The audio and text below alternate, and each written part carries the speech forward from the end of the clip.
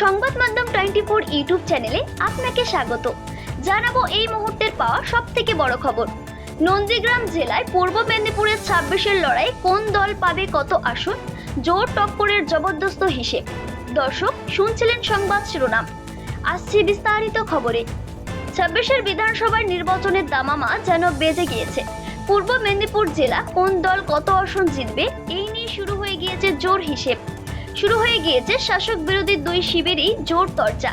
নন্দীগ্রাম জেলা পূর্ব মেদিনীপুর ভোট মানচিত্রে বরাবরই লাইফ লাইটে থাকা পূর্ব মেদিনীপুর, কারণ পূর্ব মেদিনীপুর হচ্ছে নন্দীগ্রামের জেলা।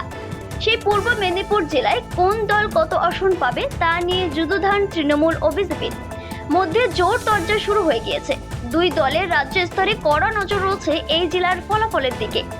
শুভেন্দু অধিকারীর গড় বলে পরিচিত এই জেলা জোড়াফুল ও পদ্মফুল দুই শিবিরেই অশত কাছের নিচে রয়েছে, তাই এখান থেকেই উত্তেজনার পারদ চলতে শুরু করেছে।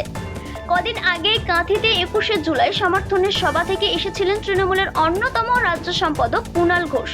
তিনি 26-এর বিধানসভার জন্য এই জেলার মোট 16টি আসনের মধ্যে 14টি আসন টার্গেট দিয়ে গিয়েছিল জেলা নেতৃত্বকে। তিনি ঘোষণা করেছিলেন সামনের বিধানসভা ভোটের পর এই রাজ্যের মুখ্যমন্ত্রী থাকবেন, কিন্তু বিরোধী দলের নেতা থাকবেন না। ওদিকে বিজেপির অন্যতম রাজ্য নেতা শুভেন্দু অধিকারী, তিনি পূর্ব মেদিনীপুরকে হাতের তালুর মতো চেনেন।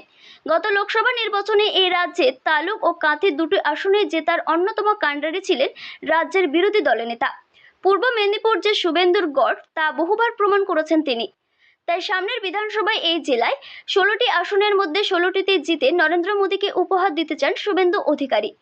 আসন নিয়ে রাজ্য স্তরে চাপানোন্তরের প্রভাব পড়েছে উভয় দলের জেলা স্তরেও। তাই এখন থেকে দুই দলের জেলা নেতৃত্বের ভাবখানা এমন, বিনা যুদ্ধে নাহি দিব সূর্যগ্রহ মেদিনী। পূর্ব মেদিনীপুর জেলা পরিষদের কর্মদক্ষ ও তৃণমূল নেতা তরুণ জানা থেকে জেলা বিজেপি সভাপতি সোমনাথ রায়ের কথাতে মিলেছে সেই যুদ্ধের ইঙ্গিত। গত 21শে বিধানসভার ভোটের আগে তৃণমূল দাবি করেছিল এই জেলা 16টি আসনের সবগুলো জেতার।